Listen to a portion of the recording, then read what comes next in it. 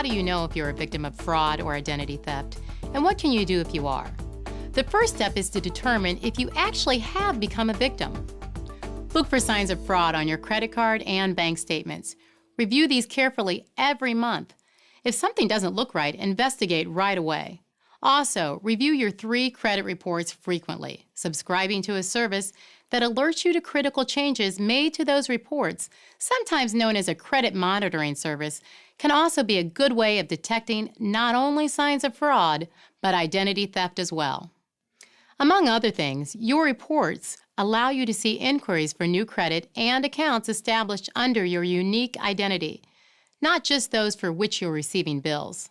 Perhaps a new account in your name was established by a fraudster using a false address.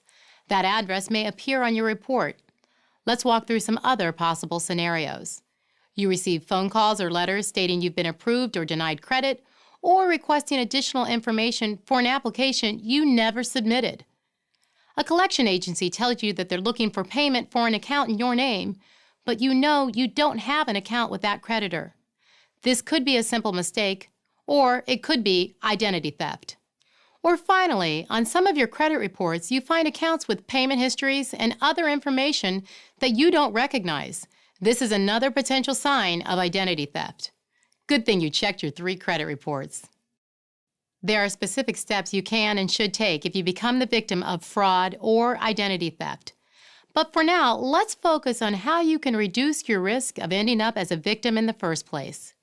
Carry only what you need in your wallet. Leave extra credit cards, your Social Security card, PIN numbers, and other information at home or another safe place. Consider getting a locking mailbox at home. And when you vacation, have your mail held at the post office. Buy a shredder and destroy unwanted mail or documents that contain personal information. Use only secure websites to conduct transactions online. And set up your computer to block the sharing of files containing personal information if you use social networking sites.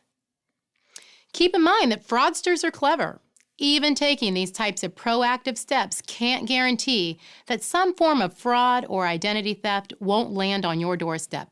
So what can you do if you become a victim? If there's a silver lining to the fraud and identity theft issue, it's that significant progress has and is being made in the fight against these crimes, thanks in no small part to the innovative tools being developed and made available to the public through the credit reporting companies and others in the industry. In addition to initiating a dispute to verify the accuracy of an item found on your credit report, a topic you can learn more about in our video segment entitled Ensuring the Accuracy of Your 3 Credit Reports, there are other tools that can help you take appropriate and effective action. If you think you may be a victim of one of these crimes, you might consider placing something called a fraud alert on your credit files. A fraud alert is a cautionary indicator placed on your credit reports that advises those being presented with a new application for credit in your name to take special precautions prior to granting credit.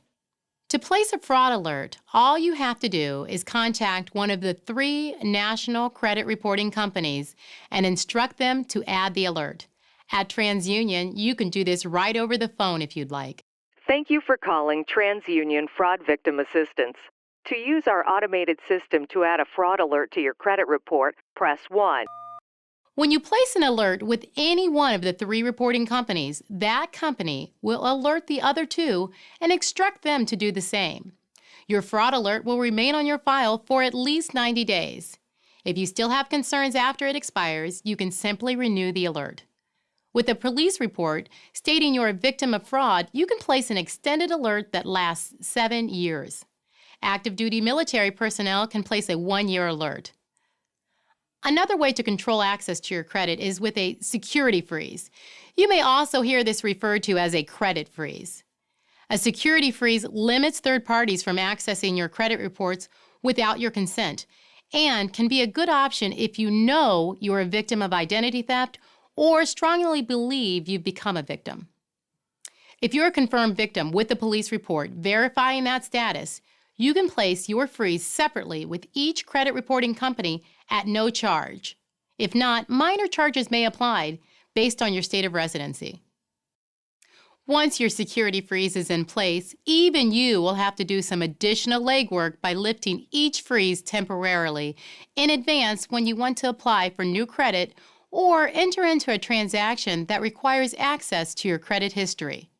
But that said, the security freeze really limits access to your credit report and can be well worth any inconvenience if you're a victim or believe you're at high risk.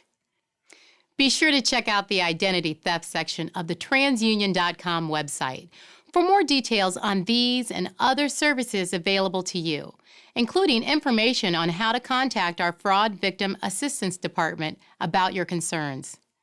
This specialized team has been assisting consumer victims and working hand in hand with law enforcement to bring fraudsters to justice since the early 1990s. Thanks for giving us the opportunity to share this important information. We invite you to learn more anytime at www.transunion.com. For information about the laws governing credit reporting and your rights as a consumer, visit www.ftc.gov.